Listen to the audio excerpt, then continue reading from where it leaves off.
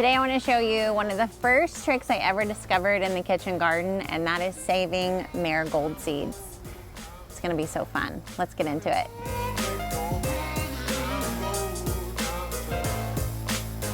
Welcome to the Gardenary channel. My name is Nicole Burke. I'm the author of the book Kitchen Garden Revival, and I'm so excited that you're here hanging out with me in my kitchen garden. It's my passion to make the kitchen garden an everyday part of everybody's life once again, because it's just so fun. It's like pure joy. So today I want to show you this little fun thing that I discovered in the garden years ago that's brought me so much joy. And believe it or not, it was one of the first things that I tried to sell with my gardening business back in 2015, and it's marigold seeds. So I first found out about saving marigold seeds when I lived in Charlottesville, Virginia. We lived in a townhome, and we were all very close to our neighbors. We were close to UVA, that's where my husband was studying. And I had two kids, two babies, while I was in Charlottesville. So we were constantly walking. We had this one little cul-de-sac, and we walked it again and again and again and again and again. And we had this super sweet family that lived down the road, and they had all these marigolds growing right outside their townhome. And we were outside playing. The babies were kind of toddling around. She had teenagers, and she had all these gorgeous marigolds. I was like, these are so beautiful. And she was like, well, help me spread the seeds. And I was like, huh? Because I wasn't really gardening at that point. And she grabbed a dead flower off the plant, just like this one. So she grabbed this off the plant, and she took it in her hands, and she just rubbed it together for a couple of seconds, and then she just took her hand and did like this all over her little marigold patch. It was like she was sprinkling magic pixie dust all over her marigold patch. She goes, I do this every single day, and I just never have to tend this at all. I just end up with thousands of marigolds. So she was like, every time you come by, if you see one of these, just grab one and do the same thing. So I'm so thankful to her. I love how we can just spread the garden magic to one another in simple ways like that. So believe it or not, in this little pod here, what this is it's the flower head that has dried up.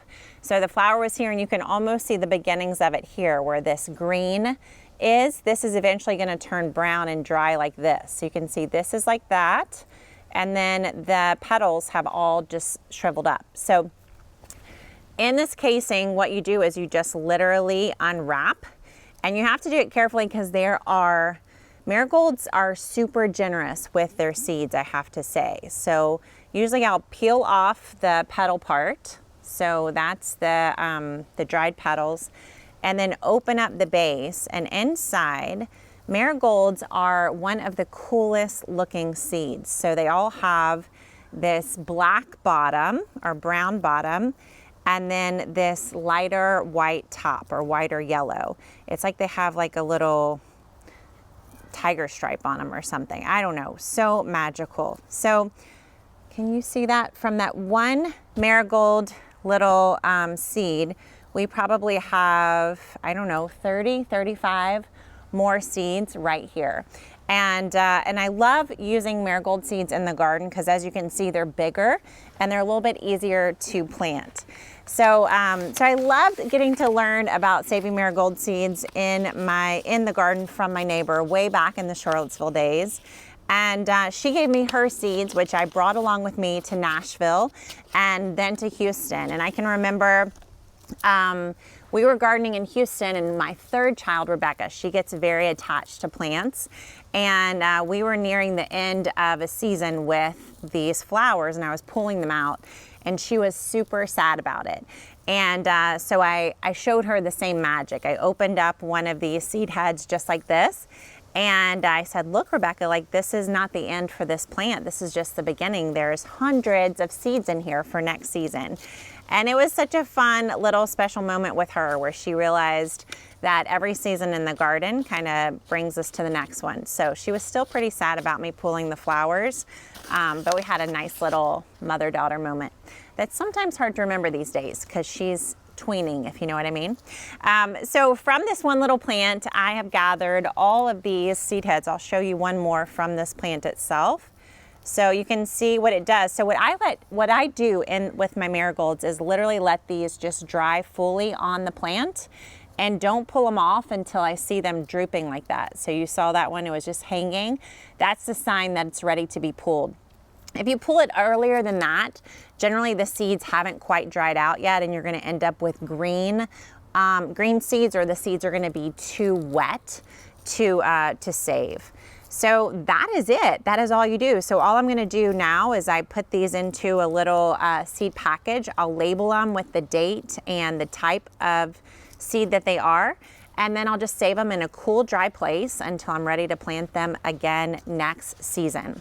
Now, if you're a super planned out kind of gardener, then you could bring them indoors, save them, and then bring them outside to plant next season. But if you're like my neighbor in Charlottesville, then you do something a little more freeform like this.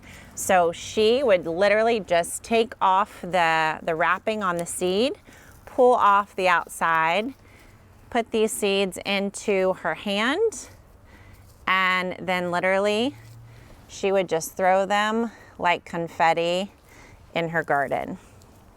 And she ended up with a very beautiful cottage feel to her garden. And that's just really easy, isn't it? So when you do it like that, you don't know how they're gonna turn out, which ones will pop up, and you'll end up with more of a free-form growth in your garden. But sometimes that's just kind of the way you want to do it, right? So both ways work. You can either just scatter them right into your garden like that and see what comes up next season, or you can be more intentional about it, save them in a little seed container like this, and then pull them back out when it's time to plant next year. Another great thing about saving them this way is you get to give a bunch away. Or like I told you, when I first started Rooted Garden in 2015, I actually put all these into little seed packages, put my branding on it, and I sold them. Actually, I don't even know if that was legal, because I think you have to have like a license to sell seeds. But anywho, I sold them to my clients because I was so enamored with the fact that you could grow something and it would produce more of itself, and then, you know, it would just keep producing and producing and producing. I'm like, this is clearly an amazing business, right? What other kind of business can you have raw materials for free, right? So all kinds of different things you can do with these seeds. They're super magical, and I hope that that simple little lesson that my neighbor shared with me back in 2008 is now going to travel into your garden and into your neighbors' gardens too. So hopefully one day soon you'll be out with your neighbors and you'll show them the simple magic of spreading marigold seed too. Marigolds are great to grow in the garden. They're so beneficial for your plants. They're great for pollination, and they're beautiful, and also they smell good. Oh, and they're also edible. So many reasons to grow marigolds. Thanks again for bringing back the kitchen garden with me. I'll see you next time.